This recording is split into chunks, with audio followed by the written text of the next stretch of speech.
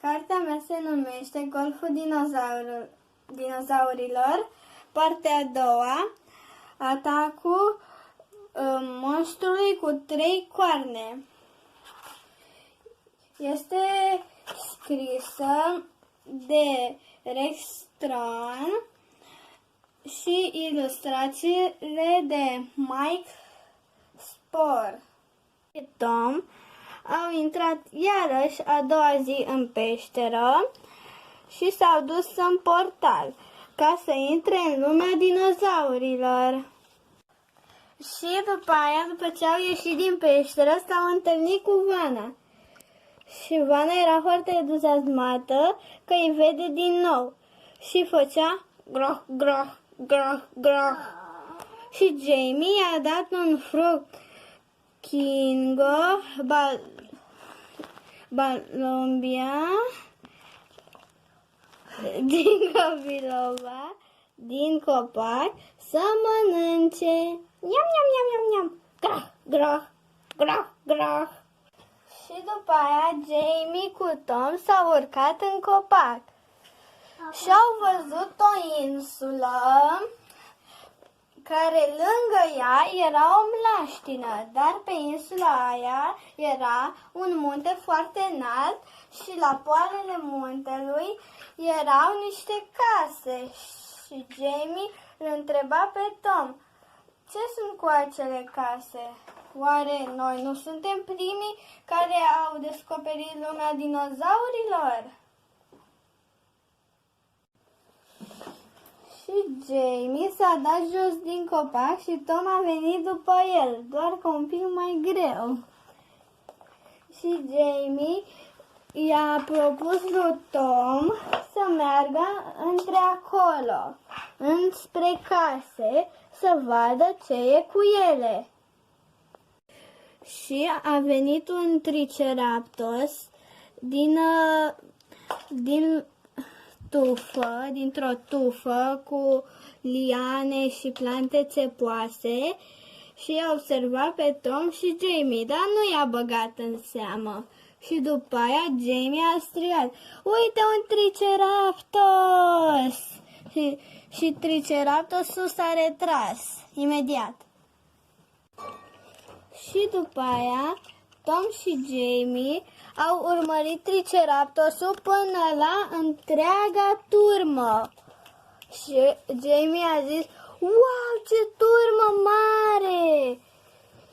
Și șeful lor nu i-a băgat în seamă, așa că nici ceilalți. Și Tom s-a trântit pe jos să-l vadă, că era prea mare și nu putea să-l vadă pe tot. Și Tom se întreba: mă întreb dacă are peste 10 tone. Și Jamie îi răspundea cu ușurință: nu are peste 10 tone, are vreo 5. Și după aia ei au observat că se duceau fix spre casele alea și s-au urcat pe un triceratops.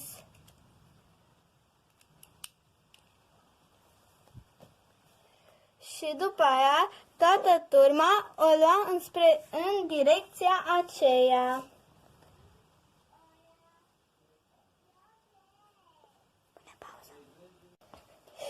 Și toată turma de triceratops mergea după șeful lor.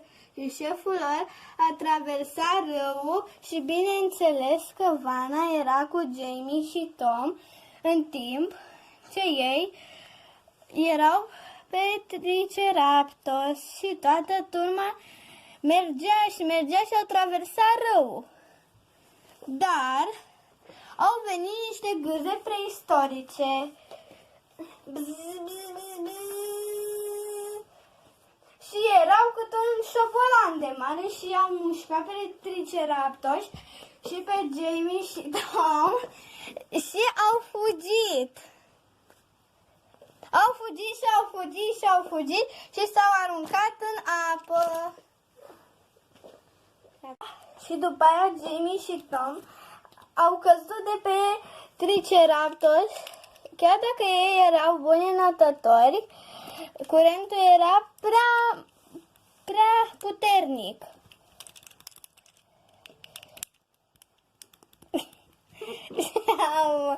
Gata. Și după aia, Jamie și Tom se îndreptau spre o cascadă și au căzut în ea. Și după aia au folosit rucsacul lui Jamie să îl folosească pe post de plută să ajungă pe mal. Și Vana a venit și a grohăit. Groh. Și Tom a zis: ce faci, Vana? Nu te-ai aruncat și tu în apă? Groh. Băieții și-au zis: măi, Tom, cred că am făcut destule aventuri pe ziua de azi. Așa e. Hai să ne întoarcem acasă. Și între timp îl auzeau pe bunicul lor cum striga: Băieți, veniți!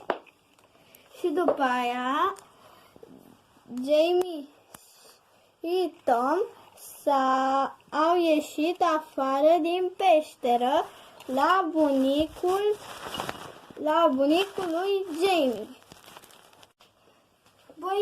Băieți, striga bunicul. Oh, ia uite. Ați explorat peștera?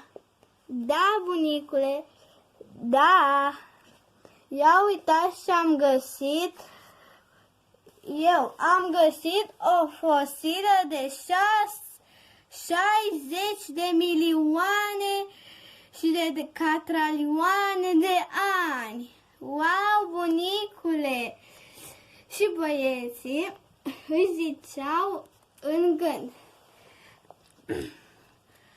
mamă, dacă îi povesteam lui bunicul meu ce am făcut noi azi, vai, nici nu mai comenta de fosila lui grozavă.